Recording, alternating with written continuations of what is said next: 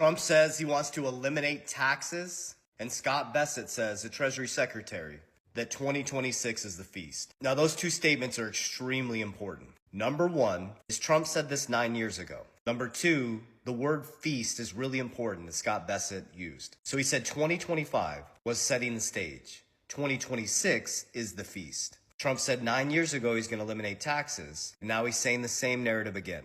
So what we need to understand is how to navigate this. You don't need the next best crypto, the next best investment. You can understand the word feast, famine. Over 200 years, there's been 30 massive market collapses. You need a system, not the next best crypto, not the hype, not the hopium, a system. Because just like Scott Bessent said, he set the stage for the feast. You need to understand economic cycles. Now remember, before 1913, we used to tariff other countries. Then after 1913, going into 1915, the 16th Amendment, making income tax constitutional, was designed to tax the wealthy, but it bled down into the middle class and the working class. And so since 1913, the Federal Reserve, which is a federal nor reserve, has collapsed our dollars 96 to 97%. We stopped tariffing other countries and started taxing our own people, which put us into a monetary debt enslavement system.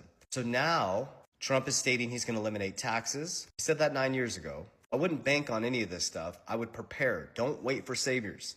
He's bringing in Reaganomics on steroids, which is deregulation, public and private sector coming together. These are all your hints of what to invest in. The middle class, working class getting more money in their pockets. But here's the biggest issue I've been teaching. It doesn't matter how much money you put in people's pockets. Jim Rohn said it the best. You give $1 million to every person in society, it ends up right back in the same 1%'s hand. We don't need stimulus checks. We need financial literacy. You need to understand how inflation works. You need to understand what happens when the feds just turn the printing machine back on, that your dollar becomes worthless. You're working your ass off. You're become poor every single year without doing anything. You're never going to catch up unless you learn how to create a system. You got to learn how to create cash flow.